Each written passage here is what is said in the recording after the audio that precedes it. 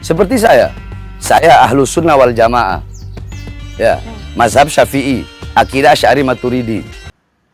Bismillahirrahmanirrahim.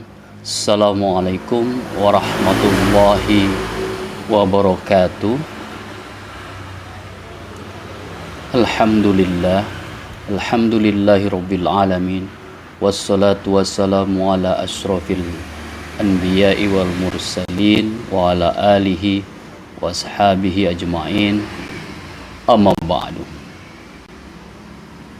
Kita sedang memasuki era media sosial, ya. Ini yang disebut dengan zaman, ya. Kalau dulu kita mengenal zaman kegelapan, zaman jahiliyah. Nah, sekarang kita mengenal apa yang disebut dengan era atau zaman sok tahu, ya, era media sosial. Nah, seringkali kita termakan oleh hoax, ya, berita-berita yang tidak benar. Oleh karena itu penting untuk melakukan klarifikasi atau tabayun, ya. Misalnya salah satu misal, ya. Ketika Panji Gumilang, ya, mengatakan qala Rasulullah, itu maksudnya apa di situ? Apakah Rasul di situ sebagai pengarang Al-Qur'an atau Rasul di situ sebagai penyampai? Ya, gitu.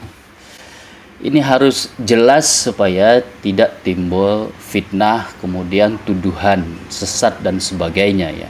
Karena beda, ya, posisi Rasul sebagai pengarang dengan posisi Rasul sebagai penyampai, ya, atau muballigh, ya, menyampaikan wahyu dari Allah Subhanahu wa taala.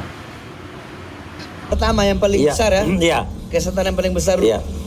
Kesesatan dia yang paling besar yang saya lihat, yang paling sesat, yang paling besar dan yang paling menyesatkan, ketika dia mengatakan bahwasanya Al-Quran itu karangan Nabi Muhammad. Oke. Sempat lihat juga kan? Iya. Enggak, pokoknya sempat lihat. Iya. Sempat tahu. Iya. Sehingga mereka mengatakan qala Rasulullah SAW fil Qur'anil Karim. Nah, kadang-kadang kita mengaku, ya, bahwa kita berakidah Asy'ariyah dan Maturidiyah. Tapi sebenarnya Al-Maturidi sendiri berpendapat bagaimana dengan qala Rasulullah, bahwa Al-Quran itu adalah qala Rasulullah atau qaulur Rasul, ya. Kalau kita membaca kitab, ya, yang ditulis oleh Abu Mansur Al-Maturidi, yaitu At-Tauhid lil Maturidi. Di dalam kitab tauhidnya itu, Maturidi menjelaskannya bahwa kalam itu adalah salah satu sifat dari Allah Subhanahu wa taala. Nah, menurut Maturidi, kalam Allah itu, ya, adalah kalam nafsi. Jadi bukan kalam lafzi. Beliau menulis bagaimana dengan Al-Qur'an, ya? Apakah Al-Quran itu kalam nafsi atau kalam lafzi? Kalam nafsi itu artinya makna yang ada dalam diri Allah Subhanahu wa taala, ya. Al-makna, ya, qaimun bizatihi, makna yang melekat, yang ada di dalam diri atau zat Allah Subhanahu wa taala. Nah, sedangkan Al-Quran itu berupa lafaz, ya, berupa huruf, ya. Al-Quran yang disampaikan oleh Nabi Muhammad itu kepada umat manusia itu berupa lafaz, ya, berupa huruf, ya. Ketika dibacakan dia akan keluar suara, berupa suara. Apakah Al-Quran yang berupa huruf dan suara itu kalam Allah, ya? Al-Maturidi menulis wa ma yudafu ilallahi minal kalami bainal khalqi fahuwa majazun. Jadi kalam Allah Subhanahu wa taala yang disandarkan, ya, kalam yang disandarkan kepada Allah bainal khalqi fahuwa majazun, ya, kalam yang beredar di antara umat manusia itu maksudnya Al-Quran. Yang beredar di antara umat manusia, Al-Quran yang kita baca itu adalah perkataan Allah, adalah kalam Allah, tetapi dia majaz, bukan kalam Allah yang hakiki. Bahwa majazun alal muwafaqati bima yu'rafu bihi al-kalamu allazi huwa sifatuhu. Kalam yang ada di dalam Al-Quran itu adalah yang berupa huruf dan kata-kata, berupa lafaz itu dan suara. Huruf dan suara adalah majaz, kalam majazi.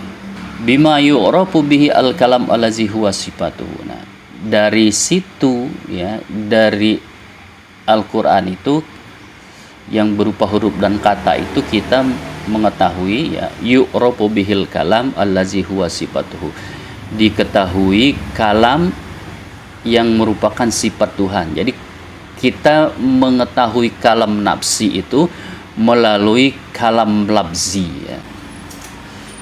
Kitab selanjutnya dari Al-Maturidi mengenai pandangannya tentang Al-Quran sebagai kalam Allah, kemudian Al-Quran sebagai qaulur Rasul, sebagai perkataan Rasulullah, yaitu tafsir Al-Maturidi, Ta'wilat Ahli Sunnah.